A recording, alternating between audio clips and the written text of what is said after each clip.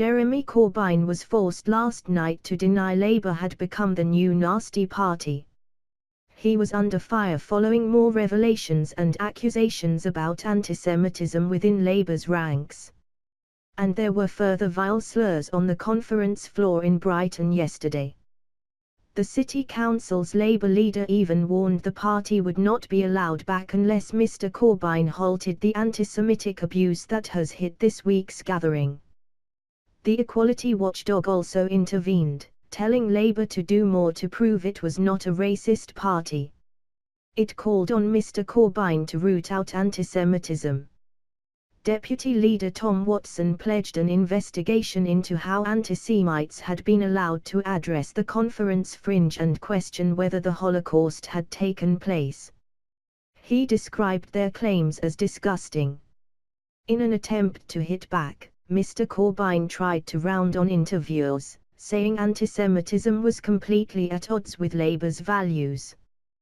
This is not a nasty party, he insisted. However, on a disastrous day for the opposition, the Jewish Labour movement demanded the expulsion of a delegate for using an anti-Semitic trope in accusing the organisation of colluding with the right-wing press. A Trotskyist faction at the conference accused the head of the JLM of being a hard-right racist Zionist. Labour frontbencher Baroness Chakrabarti questioned the need for a law to make Holocaust denial a crime. Actress Frances Barber quit Labour in disgust, saying she could not remain a member of a party full of misogyny and anti-Semitism. Lord Dubs, the respected Labour peer and a Jewish refugee from the Nazis, said Mr Corbyn's slowness to act had allowed anti-Semitism to fester.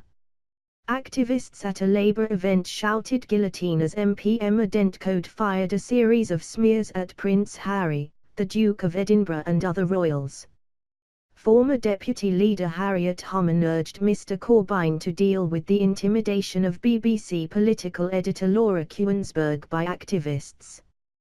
Ken Livingstone sparked anger by accusing MPs of distorting the scale of anti-Semitism in the party, saying that when people make offensive comments it does not mean they hate Jews. The row erupted after the Daily Mail revealed a speaker at a Labour fringe event had questioned whether the Holocaust had actually taken place. Allies of Mr Corbyn last night tried to play down the scale of the abuse. Len Glusky of the Unite Union said he had never encountered anti-Semitism during his decades in the Labour movement. He said the claims were mood music created by people trying to undermine Jeremy Corbyn. Left-wing filmmaker Ken Loach spoke of false stories of anti-Semitism. Asked about those who question the Holocaust, he said, "All history is our common heritage to discuss and analyse." Brighton and Hove Council's Labour leader Warren Morgan wrote to Party General Secretary Ian McNicol warning it would not be allowed to hold any more conferences in the city unless it gave guarantees against a repeat of this week's outbursts. Labour last night passed a motion for tougher action against those who deploy anti-Semitic abuse, making it easier to expel them.